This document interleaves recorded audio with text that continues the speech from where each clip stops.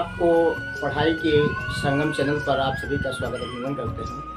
आइए इस संगम के माध्यम से आपको कल मैंने बताया था कि भाषा क्या है, भाषा के तत्व क्या होते हैं, भाषा की उत्पत्ति कैसी हुई है, भाषा के कितने अंग, यहाँ तक चर्चा हमारी हुई।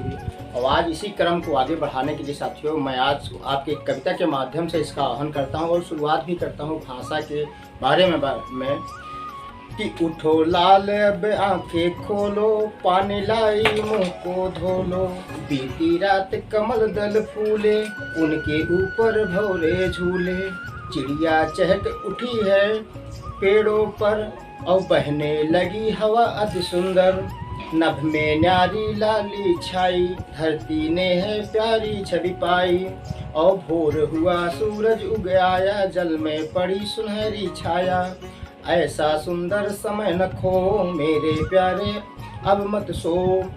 ये प्रस्तुत पंक्तियां अयोध्या सिंह उपाध्याय हरिऔध के माध्यम से लिखी गई थी, जागो प्यारे कविता नाम खंड से ली गई है। साथियों उन्होंने कहा है कि इस महत्वपूर्ण समय को आप खोने का काम मत करिएगा, क्योंकि जब जागो तभी सवेरा होता है। आप कहावत भी सुने होंगे। आइए आज हम आपको बताते हैं कि भाषा के जो तीनों रूप थे उसकी बहस हो गई थी। अब हम बात करते हैं कि भाषा का जो वर्गीकरण है, भाषा का उद्भव कैसे हुआ है, उसकी व्याख्या हम करते हैं। तो आपको जानते हैं कि भाषा का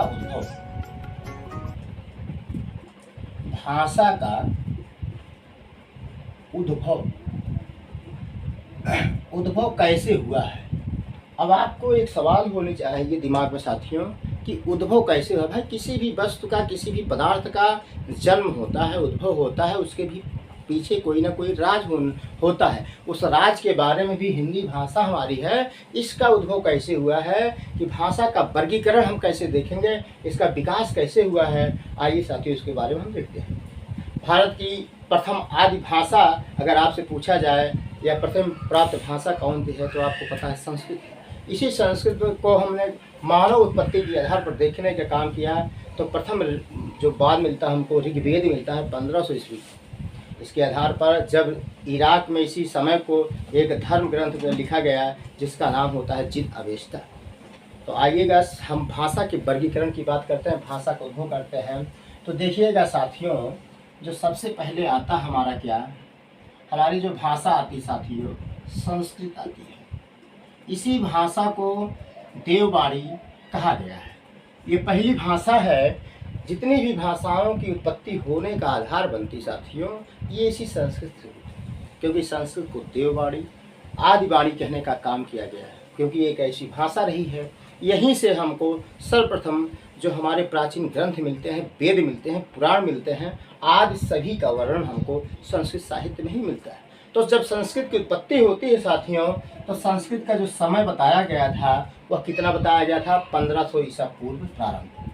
कितना बताया गया था साथियों, 1500 ईसा पूर्व प्रारंभ में। अब देखिए इसका मतलब है कि इसका प्रारंभ, इसका आगमन, इसका जो उद्भव हो गया था 1500 ईस्वी में होने का काम हो गया था। आगे इसी बात को रुकती नहीं है, इसमें भी मनमुटाव की परिस्थिति हो जाती है। कुछ हमारे ऐसे साहित्यकार आते हैं जिन्होंने इसको दो वर्गों में बांट देते हैं। इसमें भी विकार आ जाता है।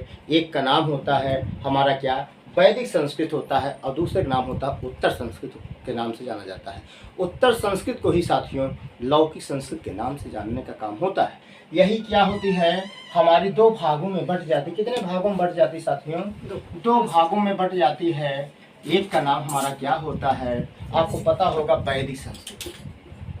क्या होगा, ये होगा वैदिक संस्कृत। जब वैदिक संस्कृत आई, और इसी दूसरा नाम क्या हो गया साथियों, आपको पता होगा क्या होगा, लौकिक संस्कृत। लौकिक संस्कृत अर्थात इसके भी दो रूप मिल गए हमको। लौकिक संस्कृत हो गया, क्यों हो गया। अब देखिए वैदिक संस्कृत भी समय विद्वानों ने निर्धारित करने का काम किया, और लौकिक संस्कृत का भी निर्धारित करने का काम किया। अब इसका भी समय विद्वानों ने बताने का काम किया था 1500 ईसा पूर्व से लेकर के 1000 ईस्वी तक। अब आप जानिएगा जब इसमें कुछ विकार आया तो इसके भी बंटवारा होना शुरू हो गया। एक का नाम वैदिक हो गया, दूसरे का नाम लौकिक संस्कृत हो गया। और लौकिक का क्या समय हो गया साथियों, 1000 ईस्वी से लेकर के 500 ईस्वी। ये सबसे महत्वपूर्ण और प्रामाणिक भाषा उद्भव का और विकास का क्रम बताया गया था। अब इसका मतलब हो गया कि वैदिक संस्कृत क्या थी और लौकिक संस्कृत क्या थी। आपको पता होना चाहिए वैदिक है क्या, अर्थात ऐसी संस्कृत या ऐसी भाषा जिसमें जो ग्रंथों की रचना हुई थी वो संस्कृत भाषा के संस्कृत मंत्रों के आधार पर हुई थी, जिसमें आपके वेद मिलते हैं। क्या मिलते हैं साथियों? वेद मिलते हैं। यदि आपसे पूछा जाए कि वेदों की उत्पत्ति का प्रथम केंद्र या प्रथम भाषा कौन थी है तो वैदिक संस्कृत है। जब चारों वेदों की रचना हो गई और चारों वेदों में सबसे प्राचीन हमारा जो वेद मिलता है ऋग्वेद मिलता है, इसी ऋग्वेद में संस्कृत के वैदिक मंत्रों का उच्चारण किया जाने लगा।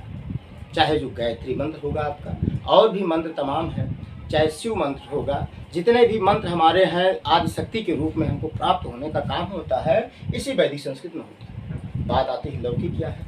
लौकिक लौक प्लस इक होता है, लोक प्लस इक होता है। लोक माने होता है समाज की या उस परिवेश की जहाँ पर आम जनता की भाषा बोली जाती है। इसी भाषा को कुछ विद्वानों ने ब्राह्मण संस्कृत भी कहने का काम। क्यों? क्योंकि उनके पास ज्ञान था, उनके पास अतिरिक्त भार था, वो अपनी बहुमिलता को बढ़ाने के लिए लौकिक संस्कृत को बंटवारा करने का काम करते हैं। जिसमें क्या होता है, उपनिषद आपके लिखे जाते हैं, पुराण लिखे जाते हैं, ये सब लिखने का काम ये लौकिक संस्कृत में साथियों किया जाता है।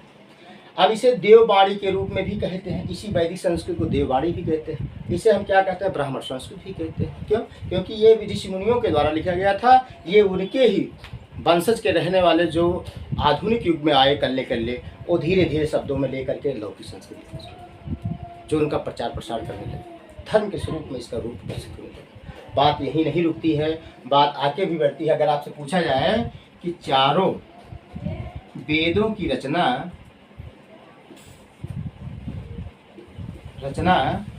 किस संस्कृत में हुई है तो आपको पता होना चाहिए कि किस में हुई है साथियों, वैदिक संस्कृत। किस में हुई है?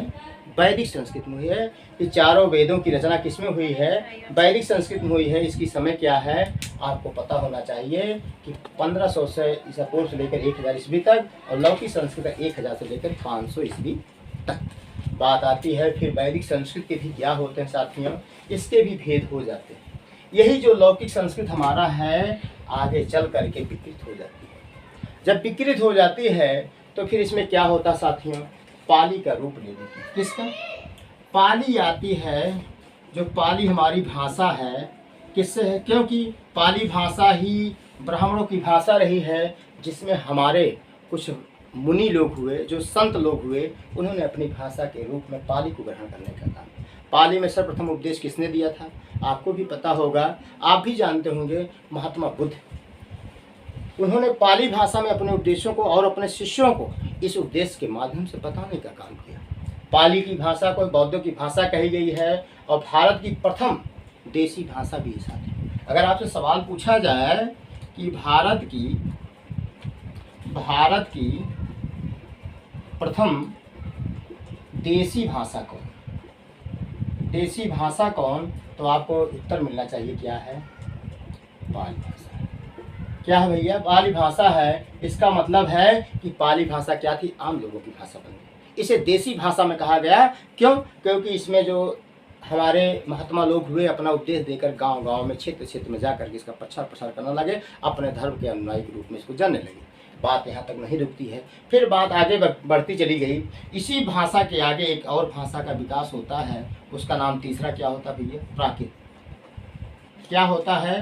प्राकृत भाषा का भी क्या होता, समय आ जाता है। अगर पाली की बात पूछा जाए 500 ईस्वी, आपको ये बात पता हो गई। अब प्राकृत आती है। प्राकृत क्यों कहते हैं? क्योंकि इसी पाली का विकृत जैनों की भाषा हमारी क्या होती है, प्राकृत होती है। क्योंकि जैन लोग जो हुए वो अपनी भाषा का प्रचार प्रसार करने के लिए प्राकृत का सहारा लेते हैं। जब प्राकृत का सहारा लेते हैं तो प्राकृत का समय का क्या था बताइएगा, प्रथम शताब्दी से लेकर के 500 ईस्वी तक। आपको कुछ अंतर दिखाई पड़ता होगा, लेकिन ये सर्वमान्य मत है। इस मत को सभी लोगों ने मानने का काम किया था। जब इसका समय आ गया प्रथम शताब्दी से लेकर 500 ईस्वी तक, इसी प्राकृत में जैनों की भाषा मानी गई। जैन भी क्या हुए, अपनी भाषा को प्रचार प्रसार करने के लिए, अपने मंत्रों को उच्चारण करने के लिए, अपने धर्म के उपदेश को देने के लिए प्राकृत भाषा का प्रयोग करने लगे। बाद में इसी प्राकृत के क्या होते हैं, रूप मिल जाते हैं। इसी फिर एक विकसित भाषा होती है, क्या होती है, सौर श्रेणी प्राकृत। क्या होती है, सौर श्रेणी प्राकृत। अब देखिए सौर श्रेणी हो गई, क्योंकि सौर श्रेणी के भी अलग अलग रूप मिलते हैं, या इस पे अभ्रंश का प्रभाव चलने लगता है। जब अभ्रंश का प्रभाव चलने लगता है, इसका मतलब भी इसके भी बिगड़ने का स्वरूप हो जाता है। इसी के क्रम में हमारे साथियों आती है क्या, इसी प्राकृत को कभी कभी अवहट्ठ के नाम से, आपने विद्यापति को पढ़ा होगा, विद्यापति के पदावली ही जो भाषा है वो पदावली ही मिलती है। अब कुछ उनकी रचनाएं मैथिली में भी मिलती है, अब कुछ अवहट्ठ में मिलती हैं। आपने कीर्तलता की पताका को पढ़ा होगा, जो अवहट्ठ का मतलब इसी प्राकृत का एक बिगड़ा हुआ रूप मिलता है, अवहट्ठ। चंद्र शर्मा गुलेरी जी को भी इस भाषा को कहते हैं, रामचंद्र शुक्ल भी कहते हैं कि जो पुरानी हिंदी हमारी है वो प्राकृत भाषा है। शुक्ल को कहने में किसी भी प्रकार का डर नहीं रहता है। उसी के अनुयायी रहने वाले चंद्र शर्मा गुलेरी भी हिंदी साहित्य में एक कहानी केवल लिखा। उसने कहा था कहानी को फ्लैशबैक पद्धति पर लिखने का काम जब वह बहादुर कर रहा था, उसी भी भाषा का प्रभाव था, क्योंकि उसके आधार पर उन्होंने फिर इसी के बाद में साथियों उत्पत्ति हो जाती है किसकी, हिंदी की। अब हिंदी की जब उत्पत्ति हो जाती है, इसका मतलब है कि हिंदी आते आते अपना स्वरूप पूरा वर्चस्व बना चुकी थी, कई भाषाओं को बिगाड़ते हुए हिंदी के स्वरूप में पहुंची है। क्योंकि वो आदिकाल से प्रारंभ होती है, भक्ति काल जाती है, भक्ति काल से रीत काल होकर के सामना करना पड़ता है, और रीत काल से मतलब ब्रज भाषा को त्यागते हुए जब वो साहित्यिक के रूप में ग्रहण करती है, तो आ जाती है कहाँ पर, हिंदी के रूप में आ जाती है, जिसको हिंदी हिंदुस्तान आदि के नाम हिंदवी के नाम से जानने का काम। आपने अमीर खुसरो का एक ग्रंथ पढ़ा होगा, खालिक बारी, जिसमें कोशात्मक ग्रंथ कहने का काम किया गया है। खालिक बारी में अमीर खुसरो ने हिंदी शब्द को 5 बार और हिंदवी शब्द को 30 बार प्रयोग करने का काम किया था। तो वहाँ से ये प्रमाण मिलता है कि हिंदी वास्तव में बहुत ही कठिन समय से गुजरती हुई अपने मूल रूप में आने का काम किया था। आज आपके लिए इतना ही। कल हम इसके बाद आपको अगला चैप्टर बताते हैं, अगला क्रम आपको बताते हैं कि बोलियाँ क्या है, फिर अपभ्रंश का विस्तार कैसे होता है।